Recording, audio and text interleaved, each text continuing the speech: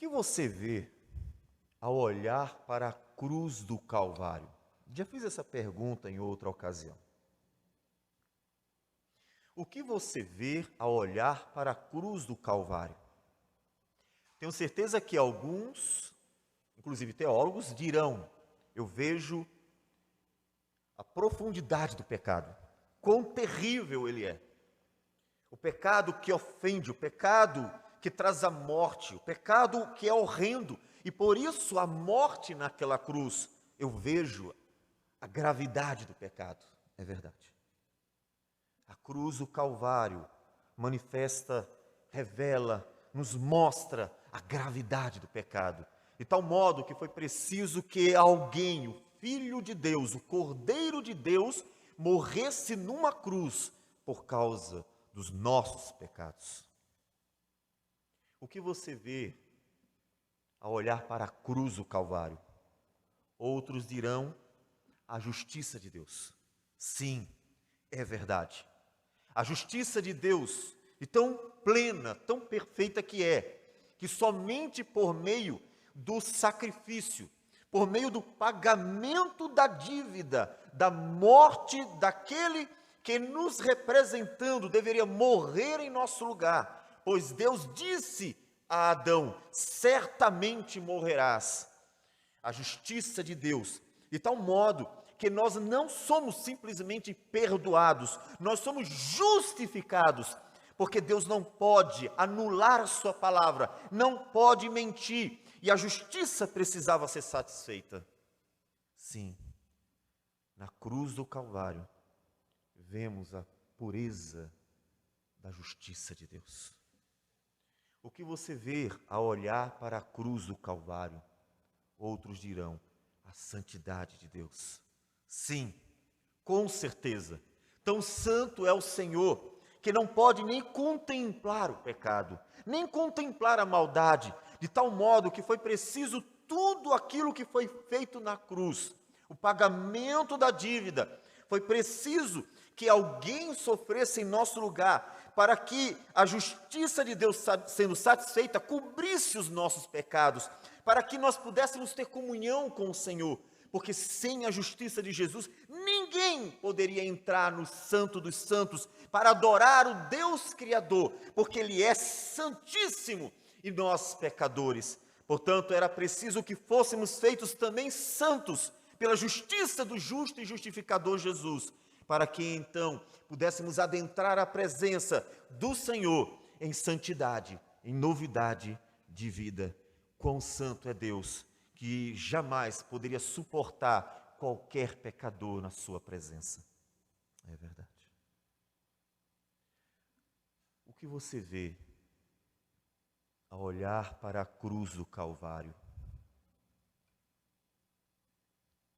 Paulo nos diz que, além da gravidade do pecado, além da pureza da justiça, e além da santidade de Deus, nós vemos o seu amor. Ele nos diz: mas Deus prova o seu próprio amor para conosco, pelo fato de ter Cristo morrido por nós, sendo nós ainda pecadores. O amor de Deus também é manifesto na cruz do Calvário. Se você precisa de algum conceito sobre o amor, se você precisa entender o que é amar, eu mostrarei a cruz do Calvário para você. Só é possível entender a dimensão do amor olhando para a cruz do Calvário. Só é possível entender a amplitude, a aplicação do amor olhando para a cruz do Calvário. Na cruz do Calvário, Deus mostrou quão grande, quão puro, benigno, bom é o amor de Deus. E é exatamente baseado neste amor que a Escritura nos ensina várias vezes, sobretudo no Novo Testamento, ordenando ao povo de Deus que ame como o Senhor amou. O amor que resume toda a lei estará presente também no versículo que hoje nós estaremos expondo, em Romanos capítulo 13, versículo 8. Romanos capítulo 13, versículo 8.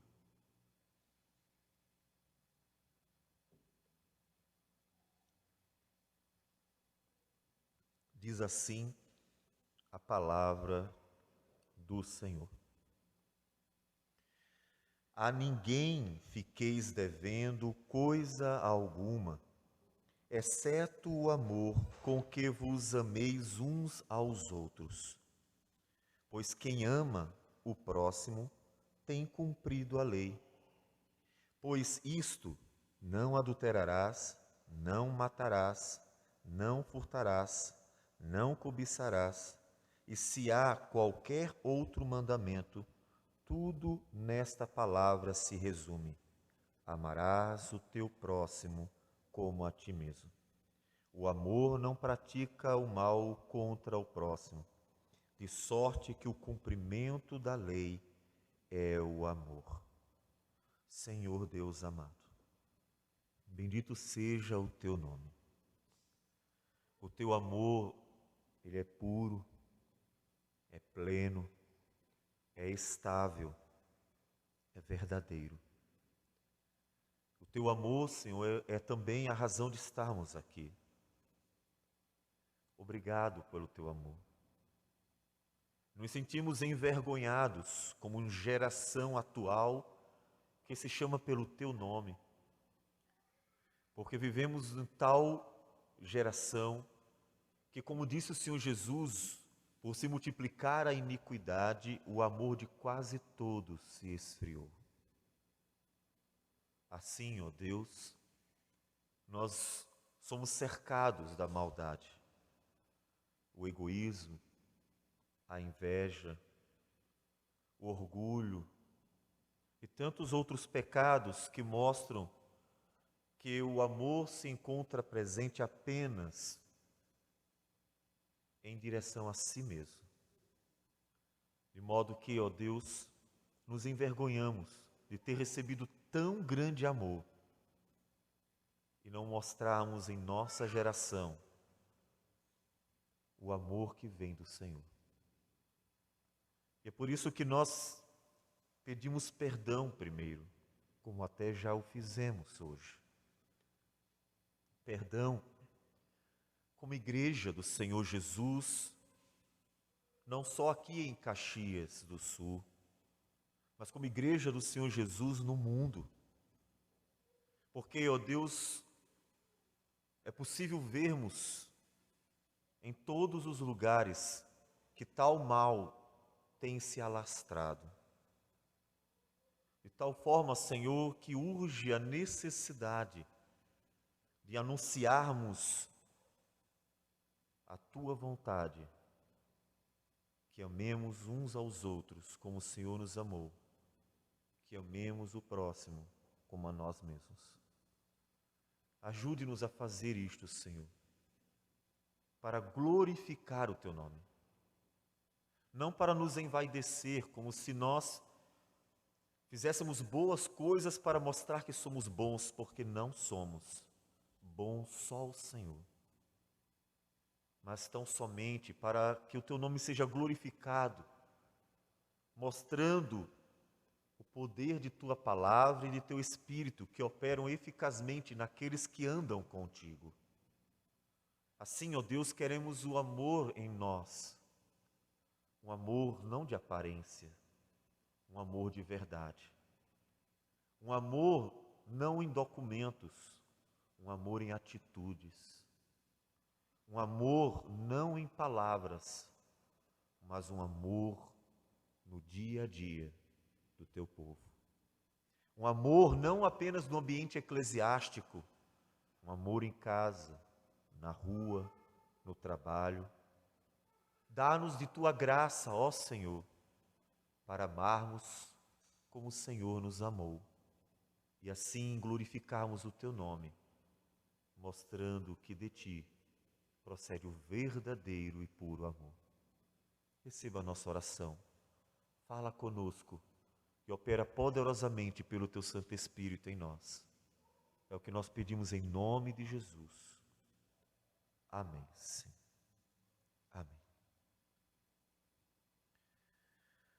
Não há como não perceber que o amor é uma aplicação fundamental em todo o Novo Testamento. Em todo o Novo Testamento, é aquilo que mais os escritores vão abordar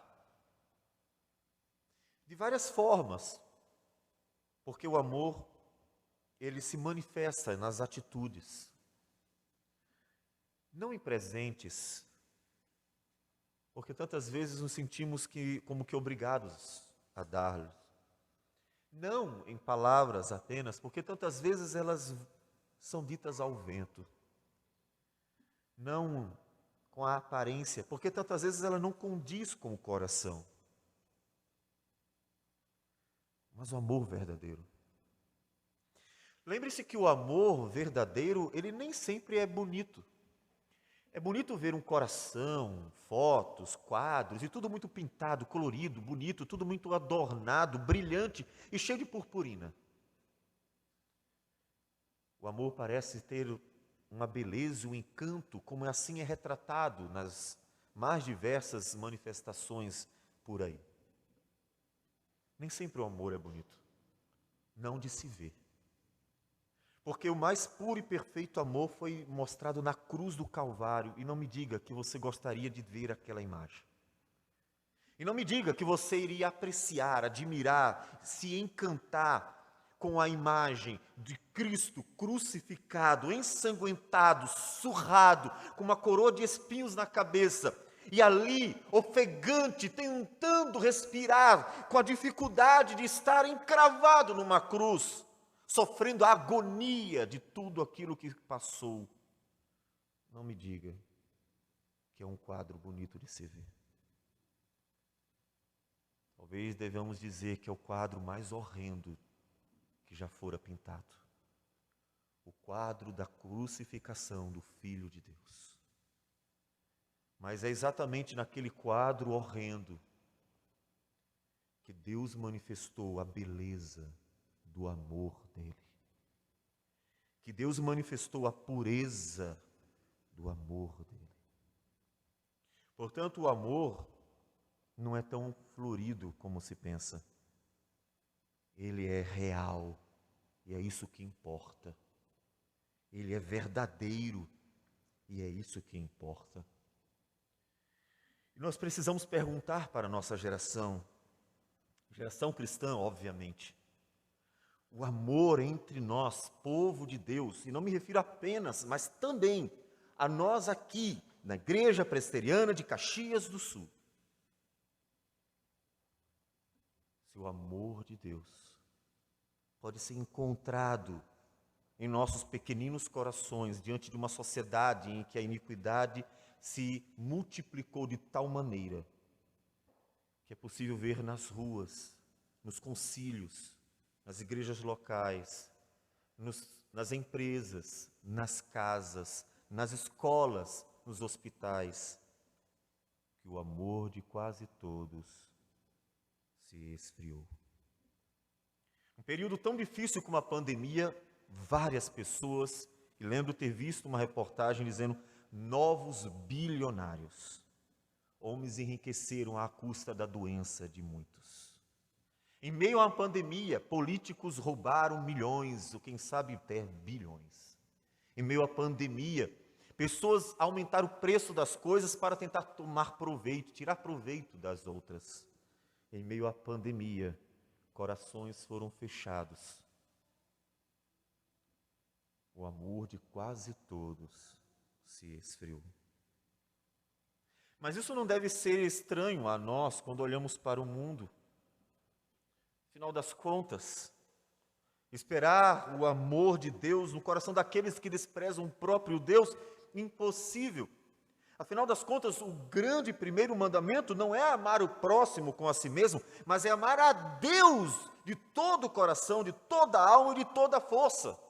Este é o grande primeiro mandamento, e dele depende todos os outros, inclusive o amar o próximo como a si mesmo. E mais ainda, como disse Jesus, amarmos uns aos outros, como ele na cruz do Calvário nos amou. Não é por acaso que Paulo insiste tanto em falar do amor.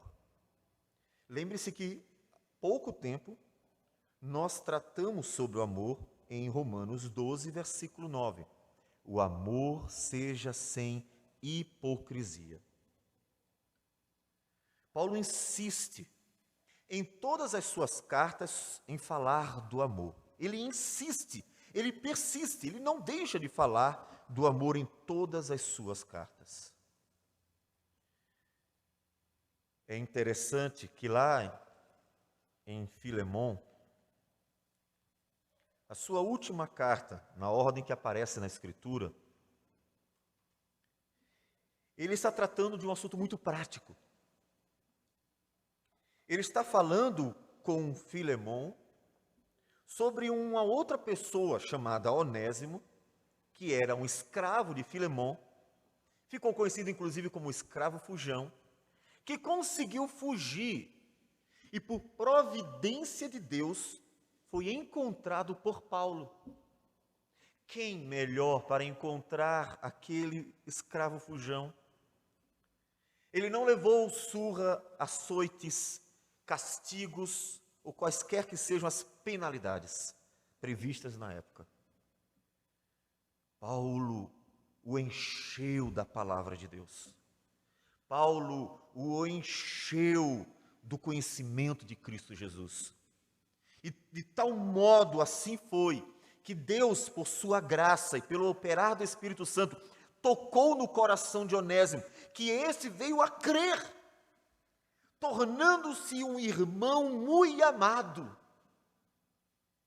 De escravo a irmão, Paulo chama de caríssimo, irmão no Senhor.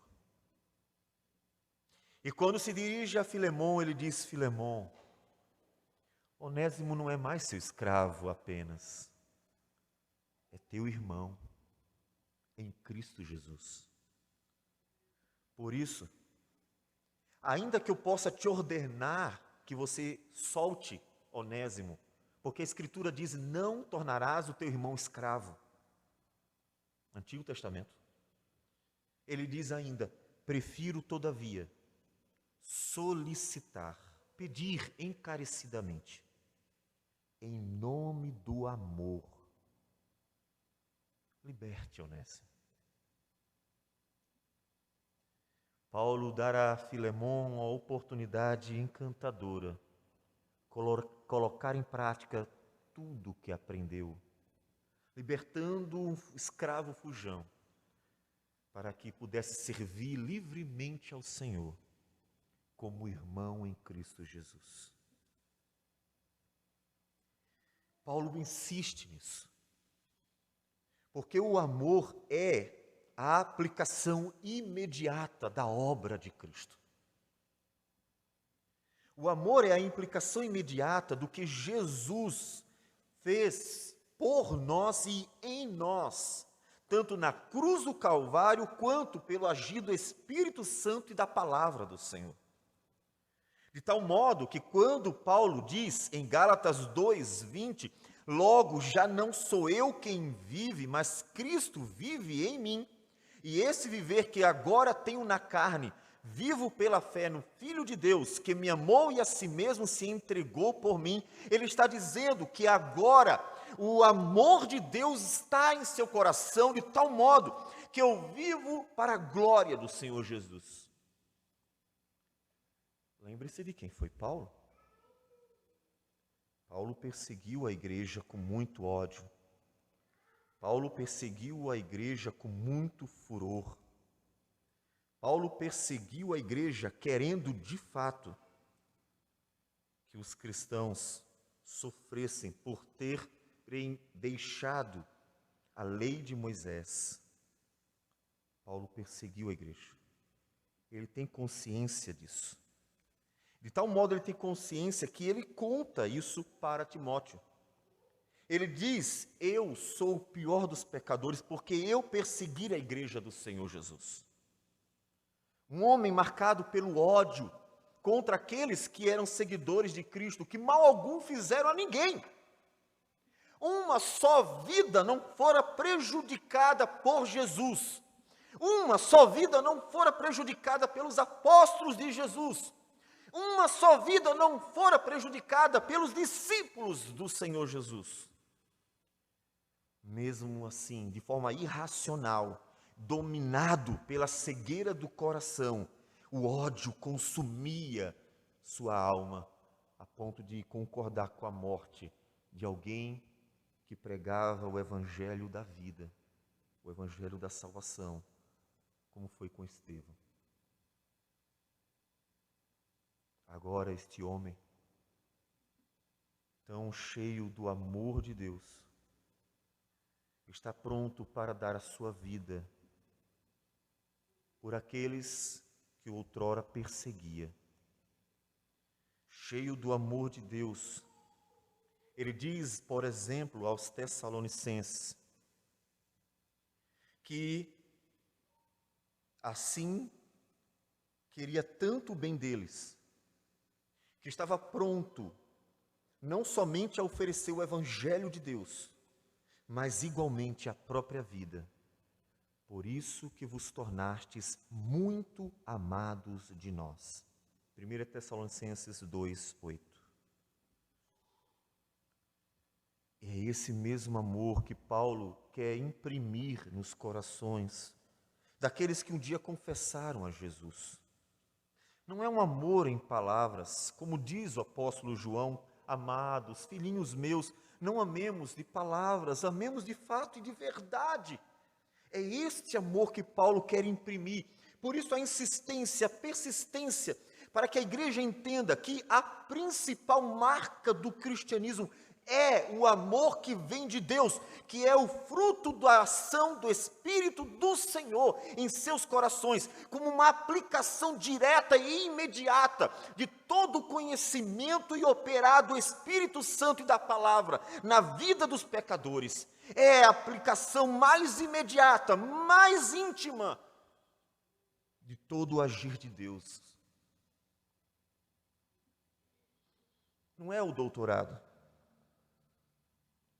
Não são os dons, não importa se ordinários ou extraordinários. É o amor. A igreja de Coríntios tinha vários dons extraordinários. Paulo menciona, por sinal, alguns deles. Mas fora duramente exortada, porque ela estava vazia, vazia do amor de Deus. É para a igreja de Corinto que Paulo diz: ainda que eu fale as línguas dos homens, 1 Coríntios 13, e dos anjos, se não tiver amor, serei como bronze que soa, ou como um símbolo que retine. Ainda que eu tenha o dom de profetizar, e conheça todos os mistérios, e toda a ciência, ainda que eu tenha tamanha fé, a ponto de transportar montes, se não tiver amor, nada serei. E ainda que eu distribua todos os meus bens entre os pobres, e ainda que entregue o meu próprio corpo para ser queimado, se não tiver amor, nada disso me aproveitará. Em outras palavras, nada daquilo que os coríntios tinham. Uns se gabavam e se orgulhavam do seu conhecimento e se consideravam mais sábios do que os outros. Outros se gabavam de seus dons extraordinários e se consideravam mais espirituais do que os outros. E assim cada qual tinha algum algum motivo para orgulhar-se de si mesmo. E então terminaram formando mini-igrejas dentro da igreja do Senhor Jesus. Paulo diz: nada do que vocês estão fazendo tem proveito. Nada. Porque não há amor no meio de vocês. A tal ponto que aquele momento que deveria ser sagrado, sublime, especial para a igreja do Senhor, a ceia do Senhor, estava sendo maculado pela perversidade do coração deles, que tomavam a ceia com desprezo não só ao Senhor, mas também aos outros. Uns comiam demais, outros terminavam bebendo demais e desprezavam assim a ceia do Senhor. O amor é a aplicação mais imediata da obra redentora de Cristo Jesus em nossas vidas. Uma aplicação prática para o seu dia a dia. É o amor. Não me refiro à justificação, que obviamente é a própria obra, a santificação, que é um processo da qual o amor faz parte, mas de uma aplicação prática na sua vida, no dia a dia, é o amor. Que o próprio Paulo lembra, resume toda a lei. Toda a lei. Toda a lei resumida no amor. Lá em Salmo 1, versículo 1, o salmista diz assim: bem-aventurado o homem que não anda no conselho dos ímpios, não se detém no caminho dos pecadores, não se assenta na roda dos escarnecedores. Por que este homem não faz isto? Porque os homens que assim procedem para fazer mal a alguém. E, portanto, não há amor em tal atitude. Não há amor naqueles que se juntam para fazer o mal ao outro, não importa quem seja. Não importa. Tiago, capítulo 2, versículo 14, que nos falando sobre a fé sem obras, ele diz: meus irmãos, qual é o proveito se alguém disser que tem fé, mas não tiver obras? Pode acaso semelhante fé salvá-lo? Observe a seriedade do assunto. Ele diz: não adianta, você diz que crê no Senhor, mas nem amor você tem. Se um irmão ou uma irmã estiverem carecidos de roupa e necessitados do alimento cotidiano, e qualquer dentre vós lhes disser: ide em paz, aquecei-vos e fartai-vos, sem contudo lhes dar o necessário para o corpo, qual é o proveito disso? Fez nada. Suas palavras não têm valor algum, porque você tinha na mão o poder para dar assistência. Você tinha as condições de cuidar daquele que precisava. Uma fé sem obras é uma fé sem amor. E é nisso que venho há tempos refletindo as implicações para o movimento denominacional, tão cheio de tudo, mas tão vazio daquilo que é o que precisava, da essência, daquilo que deveria ter.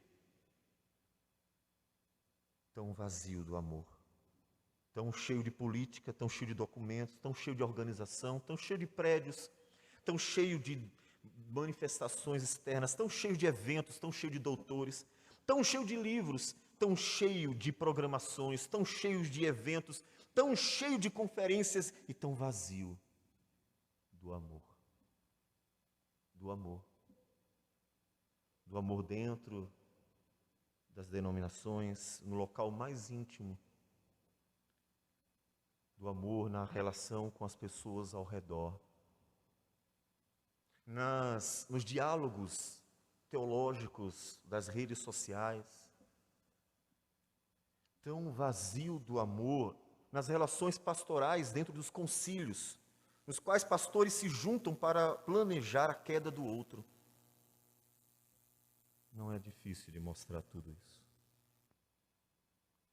De que adianta ter tudo que é aparente e não ter a única coisa que foi chamada por Jesus de marco de um verdadeiro cristianismo.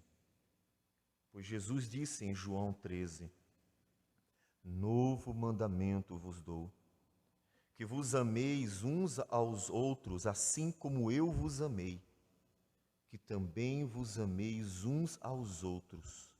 Nisto conhecerão todos que sois meus discípulos, se tiverdes amor uns aos outros. Por isso, Paulo se preocupa em todas as suas cartas em falar do amor. Paulo se preocupa em todas as suas cartas em ensinar os irmãos a amar de verdade, e não apenas em palavras.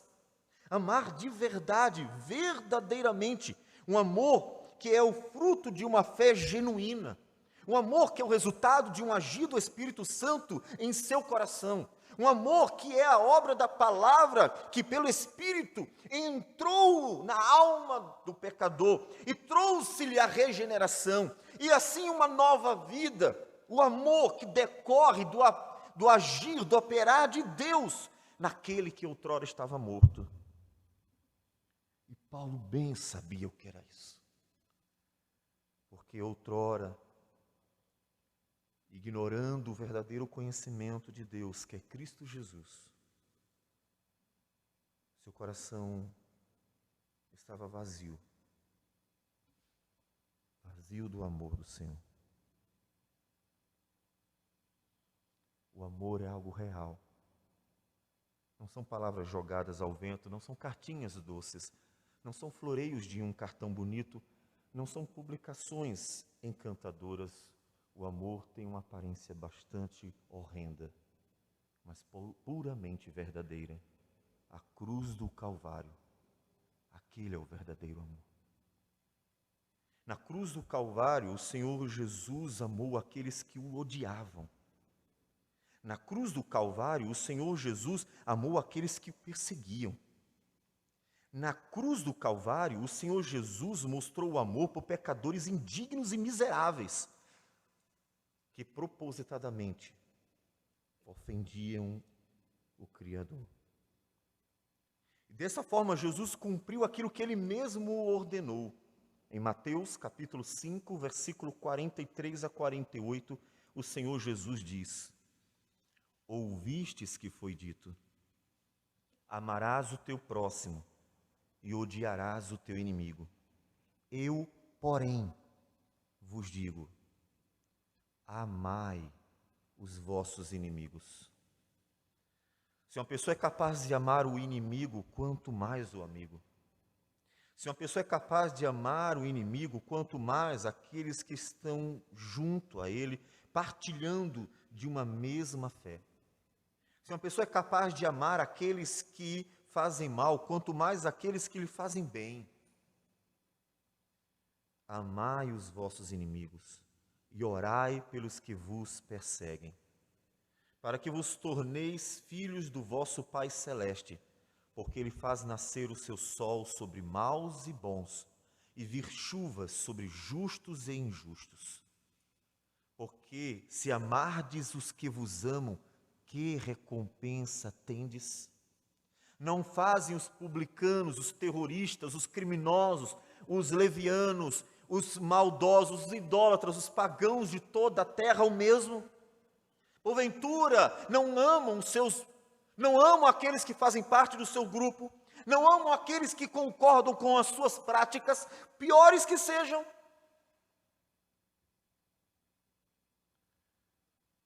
E se saudardes somente os vossos irmãos, que fazeis demais? Não fazem os gentios também o mesmo?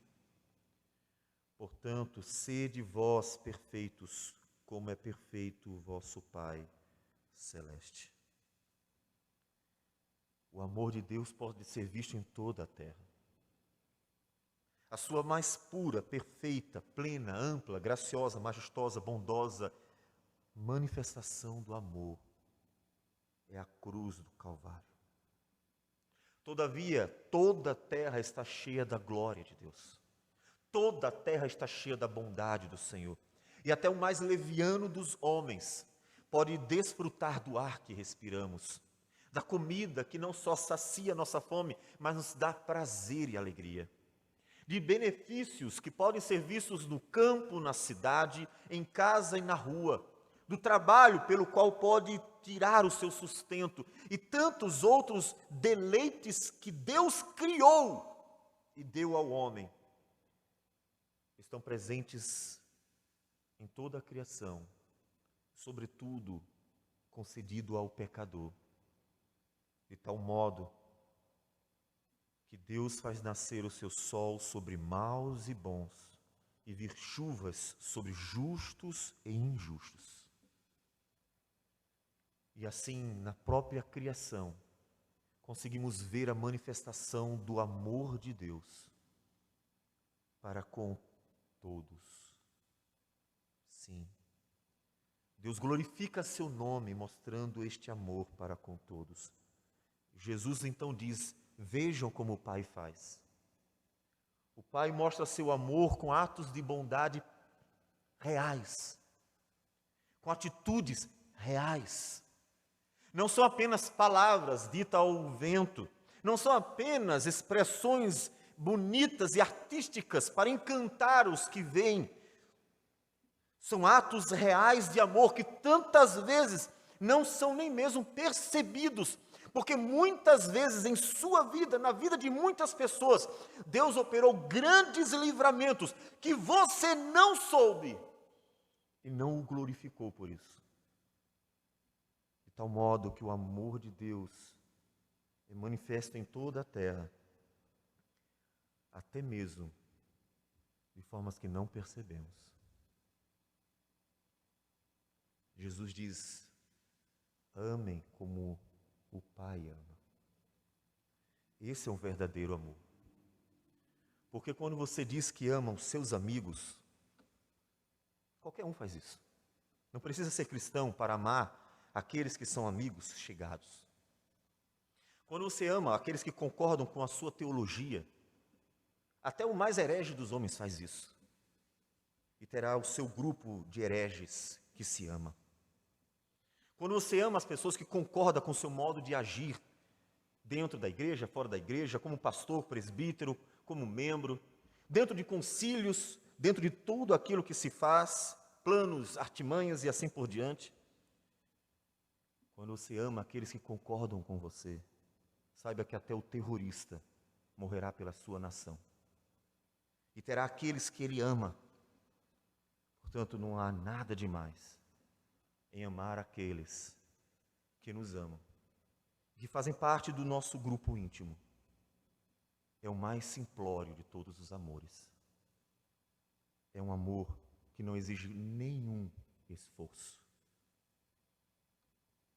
Por isso Jesus diz que vocês não fazem nada demais, mas se vocês amarem como o Pai ama, que abençoa justos e injustos, que concede bênçãos àqueles que o afrontam. Que no livro de Juízes, que vocês devem conhecer, e espero que sim, muito bem, nós encontramos um ciclo vicioso em que Israel peca contra o Senhor, nega o Senhor, se volta para os ídolos das nações, e então Deus, em sua santidade e justa ira, castiga o seu povo para discipliná-lo e conduzi-lo outra vez ao caminho da verdade. O povo, diante do castigo duro, da servidão, da dor e agonia, então pede misericórdia e clama ao Senhor. E Deus, em seu tão grande amor, perdoa aquele povo, para que após alguns anos, e de mente fraca, tendo já esquecido o amor de Deus, voltem a negar o Senhor outra vez, e a pecar contra o Senhor novamente, e a desprezá-lo com seus atos outra vez, para receber a merecida punição do Senhor. O amor de Deus concedido a quem não merece. Por isso que a cruz do Calvário é a mais pura e legítima manifestação do amor. Uma entrega completa, uma dádiva completa da própria vida em favor de alguém que não merece. Jesus não entregou a sua vida por pessoas que estavam ali amando, dando-lhe tudo e assim fazendo tudo aquilo que é bom para Jesus. Ele amou ali pessoas que estavam pedindo: solta Barrabás e crucifica Jesus. Foi sobre esses que Jesus ergueu os olhos ao Pai e disse: Pai, perdoa, eles não sabem o que fazem. Ele amou quem ali os odiava. Quem ali o odiava. Esse é o amor. Você ama como o Senhor Jesus amou? É esse o amor que a Escritura quer que amemos. Sempre que o Novo Testamento fala do amor, nós precisamos recordar Mateus 5, 43 a 48. Precisamos recordar que amor é este. Precisamos olhar para a cruz para entendermos que amor é este. Ele não está falando de um grupo bonitinho que se gosta porque toma café da manhã um na casa do outro ou faz churrasco nos finais de semana. Ele não está se referindo a um grupo empático ou empático porque tem algo em comum. Ele está se referindo a um amor verdadeiro, amor concedido até mesmo ao outro que odeia. Que o odeia. Que não é como eu lhe gostaria, que não faz o que ele quer, que não concorda com suas ideias, que não faz a sua vontade, que não o agrada, portanto.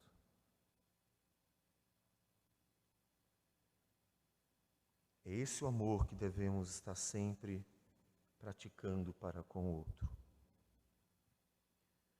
A ideia de Paulo de estar devendo o amor não é de estar negligenciando, mas de estar sempre consciente de que deve dar o amor. Você não deve nada às pessoas, não queira, não deva nada. Se deve algo, no devido tempo, no momento certo, a primeira oportunidade, pague o que você deve. Eu oro ao Senhor sempre: Deus, nunca deixa a tua igreja, pensando em cristãos, não a entidade, obviamente, uma instituição, mas teu povo, não deixa teu povo dever. Que teu povo esteja limpo na praça, que o teu povo honre os seus compromissos, que o teu povo não deva a ninguém, para que o teu nome seja glorificado e sempre que tirarem a ficha do cristão, possam ver que ele está sempre limpo e tudo o que deve paga.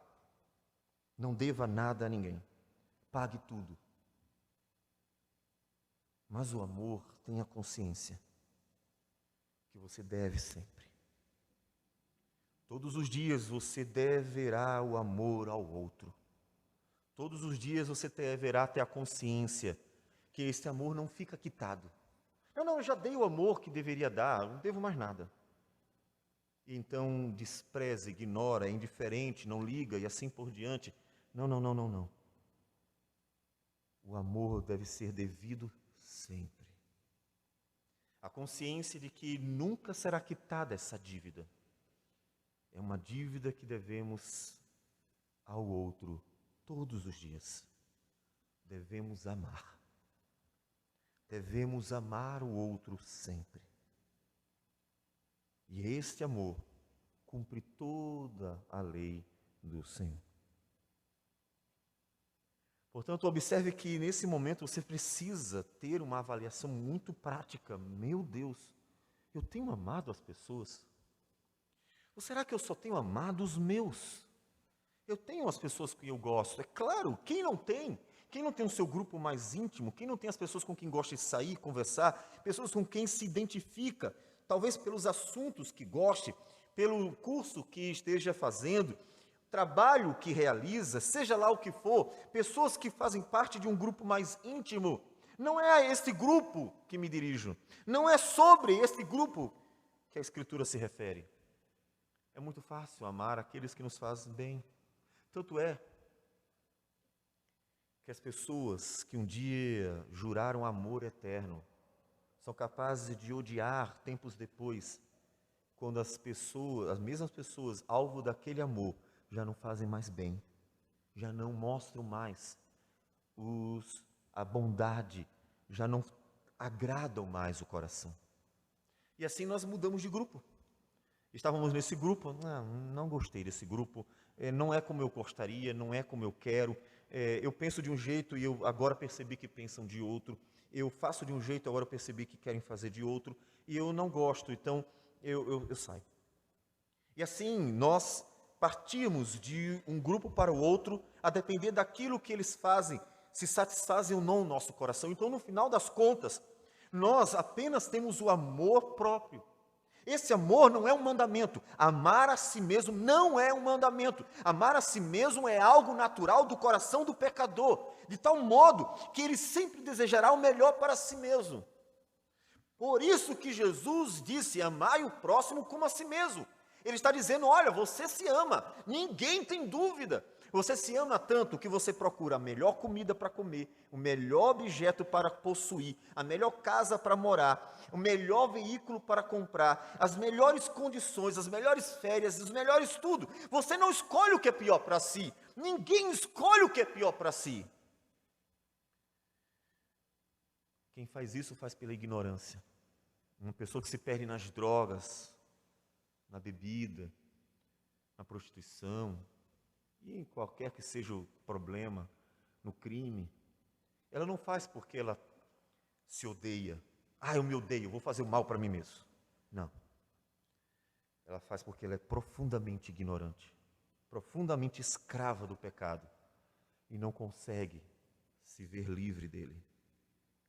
Ela se ama, e enganada por este amor egoísta, procura coisas que destruirão ela mesma.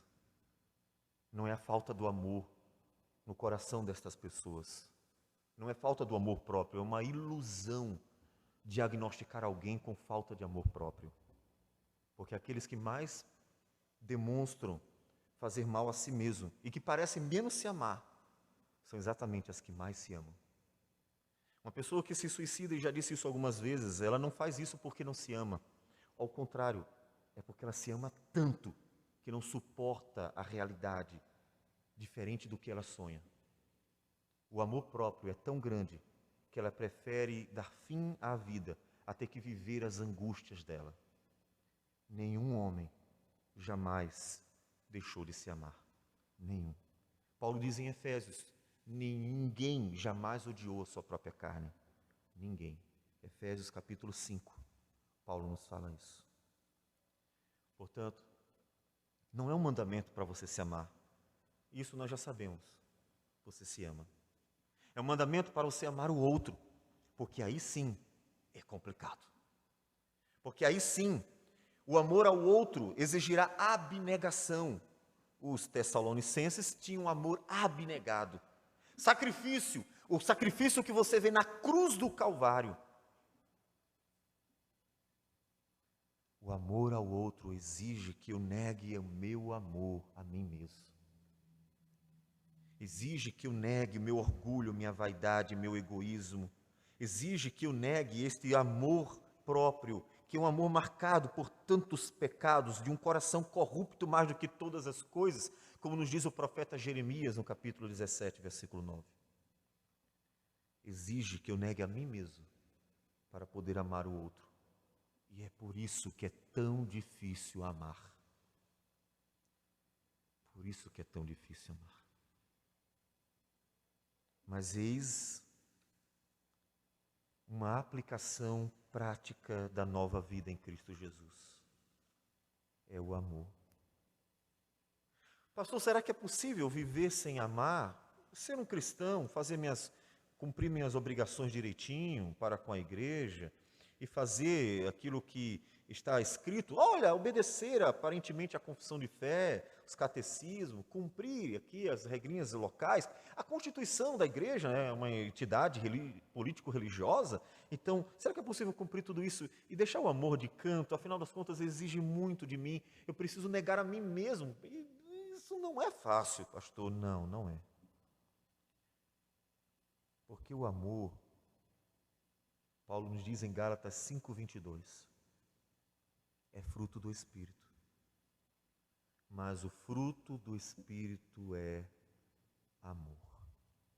Não poderia deixar de ser a primeira palavrinha a aparecer. Mas o fruto do Espírito é amor. E toda boa árvore dá bons frutos. O amor é o primeiro deles. O fruto do Espírito é amor.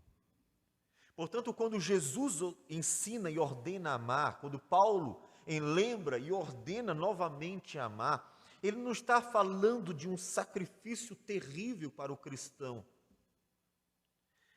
Ele está falando de um fruto. Porque uma árvore, e seja lá qual for o fruto dela, e pense naquele que você mais gostar, a mangueira, ela não se sacrifica para dar manga. Ela produz naturalmente manga. Lhe seria impossível dar banana, morango, uva. Mas manga é aquilo que lhe é próprio, é o fruto dela. Ela nasce e cresce, se desenvolve para dar aquele fruto. Assim é aquele que é nascido de Deus. O fruto do Espírito lhe deve ser algo próprio, porque vem de Deus. Portanto, quando Paulo nos lembra, nos fala do amor, ele está falando para que nós tratemos o amor como algo que deve ser natural do cristão, que deve ser próprio do cristão, que deve estar presente na vida do cristão. Volto a dizer o que Jesus disse aos seus apóstolos, que todos conheceriam eles como discípulos de Jesus se tiverdes amor uns aos outros. Portanto, tem que ser uma coisa que realmente seja possível. Caso contrário, ninguém seria discípulo de Jesus. Mas como Deus mesmo providencia pelo Espírito Santo a capacidade de dar o fruto para Deus, então o amor é um fruto que Deus realmente colhe do cristão como algo natural. Uma boa semente cai numa boa terra e então cresce e produz a 30, 60 e a 100 por um. E este fruto é o amor. O amor é fruto do Espírito do Senhor. Então isso deve incomodar você. Pastor, então eu preciso me avaliar. Eu vou para a igreja, mas há pessoas que eu não amo. Eu leio a Bíblia, mas há pessoas que eu odeio. Eu participo do culto, mas há pessoas que eu desprezo. Eu cumpro minhas obrigações aparentes de uma instituição cheia de regras. Mas eu me junto à roda dos escarnecedores, que fazem mal àqueles por quem Cristo morreu na cruz do Calvário. Eu preciso me avaliar. Avalie o seu coração.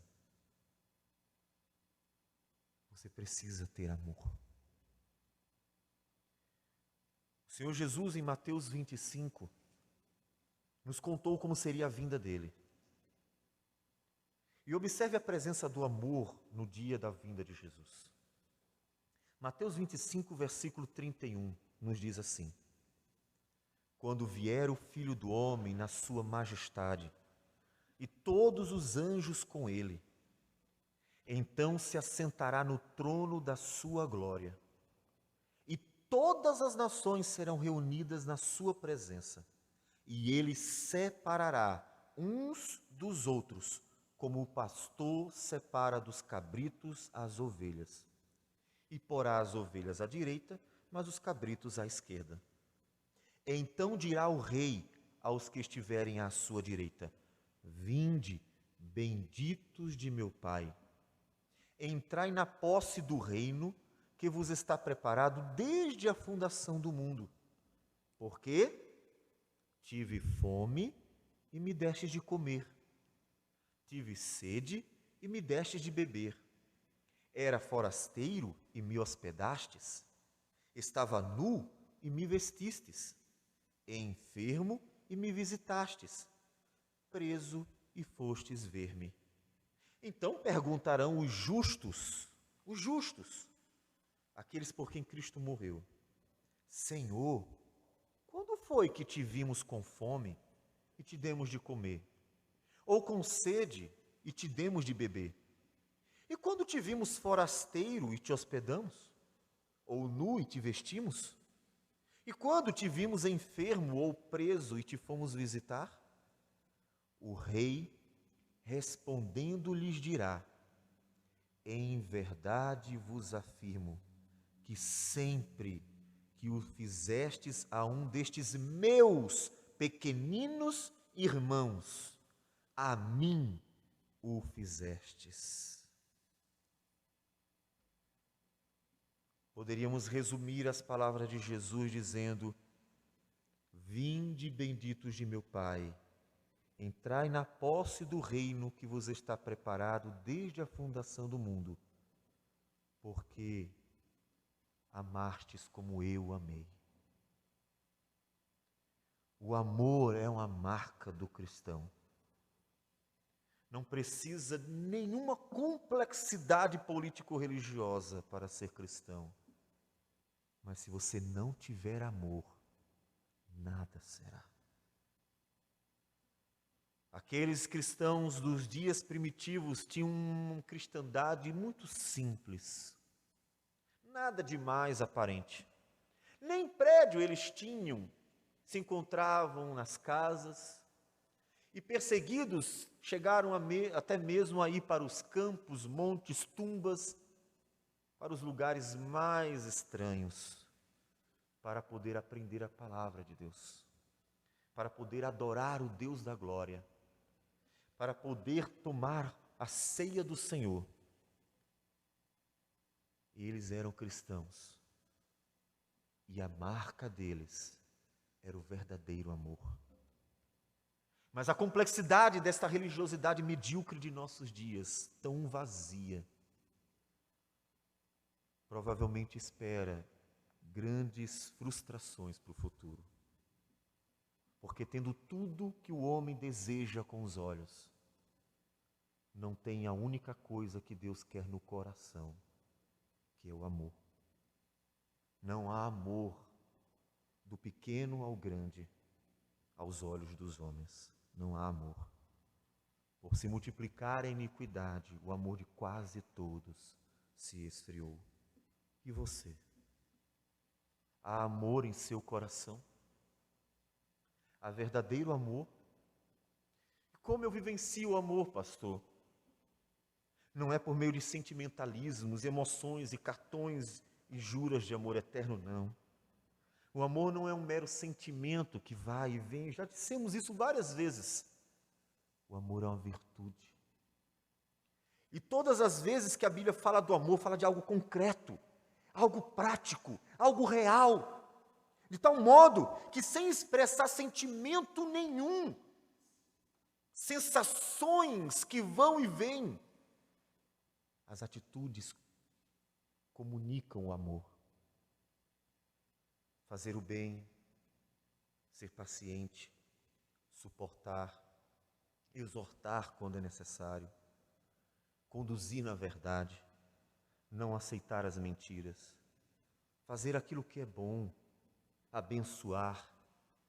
E assim, o amor se manifesta em coisas concretas, reais, práticas. Ele se manifesta como uma virtude que não é volúvel, como uma virtude que permanece, uma virtude que é prática e que no dia a dia pode ser percebida, desfrutada, mesmo que não se diga uma palavra sequer. Uma palavra sequer. Mas o amor pode ser experimentado em atitudes. É este amor devemos todos os dias às pessoas. O amor no trabalho, quando você dedica seus esforços para dar o melhor às pessoas. Quando você vende bons produtos no preço justo para abençoar as pessoas. Quando você faz aquilo que pode para que as pessoas recebam de você o melhor serviço. Quando você paga de forma honesta. Quando você abençoa as pessoas que servem a você, dando-lhe o melhor. Quando você não engana, quando você não usa das pessoas para enriquecer, quando você não tenta se aproveitar delas, quando você não quer apenas usá-las em seu benefício. Amor no trabalho, amor no trabalho. Amor em não reclamar, amor em abençoar, amor em ter paciente, amor em tolerar, amor em tentar fazer tudo para a glória de Deus, abençoando vidas. Amor. O amor de forma prática, em todos os lugares, lá fora e em casa.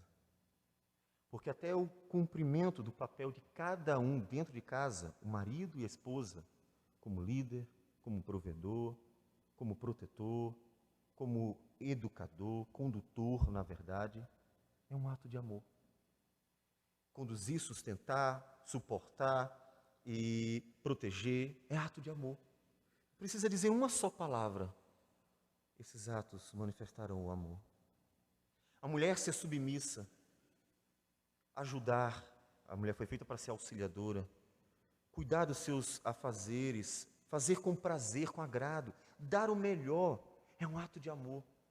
Talvez ela não diga naquele momento uma só palavra, mas as suas atitudes comunicarão o amor. O amor não é medido em palavras. Jesus silenciosamente, como uma ovelha muda perante os seus tosqueadores, morreu na cruz do Calvário. E sem dizer praticamente nada, mostrou a profundidade, a dimensão do amor de Deus. Não é preciso palavras para amar, mas é necessário atitudes. Portanto, avalie a si mesmo. Avalie seu cristianismo, o cristianismo de nossa instituição político-religiosa.